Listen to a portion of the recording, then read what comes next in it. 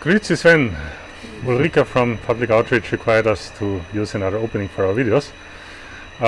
We are here at the Selene 2 guide, and actually almost the complete set of mirror segments has been integrated yet. So this is one of the last mirror segments actually that has not been integrated yet. So let's take the chance and talk a little bit about what this mirror is, how it is composed, and how it was assembled. Yes, so if you turn the camera quite quickly towards this opening here, you can see basically how our mirrors stand to each other. So we have the vertical mirrors here. They give us the precise reflection that we need at the end, and we have the horizontal mirrors on top. And you can already see that basically the vertical mirror is leading and the horizontal mirror is then sliding with it and is pressed against the horizontal mirror is pressed against the vertical one on a spring-loaded pin at this position here.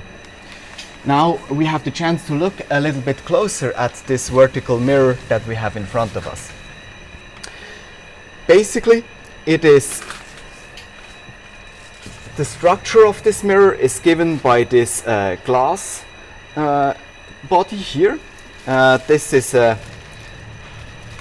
is basically how you would buy it on the back side, and then we have machined some angles, some slight angles to the side. This is to allow for mirrors to be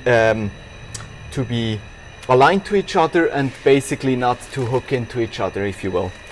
Then the front side of the mirror, this is on the front side of the mirror, this backbone, so the structural part of the mirror, is machined very precisely in the single micron surface precision.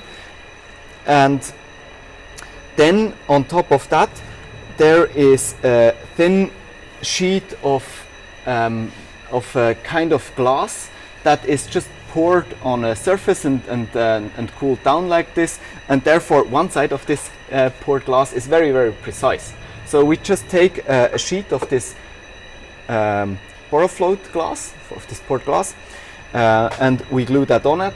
With that we get the very precise form of basically the part of this ellipse that we are building, and we also get a very good surface quality. And now you can see that basically in the camera, you should be able to see my eyes now.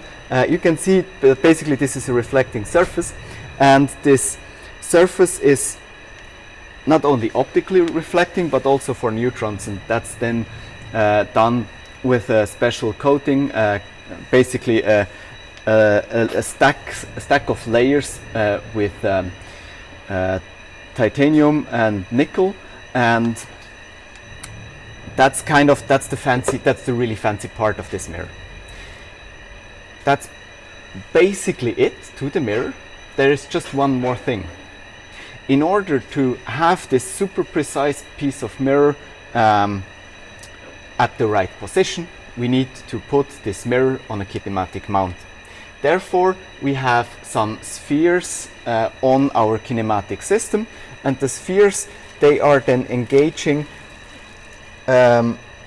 with basically here you can see the spheres. They are then engaging with a counterpart. This can be a flat surface, or this can be a wedge, or basically a tri-point, depending on what we need to achieve. And exactly, so that's then basically it. Just one last question. How much does one of these mirrors cost? They're not exactly cheap. So one piece like this is in the 10,000 Swiss franc range, and not counting the design for the whole system. Yeah, and in my understanding, these mirrors could be even made more precisely, and then they would cost even more in order to give a ever better performance of this instrument, but that might be part of another video. So thanks a lot, Sven. Thank you.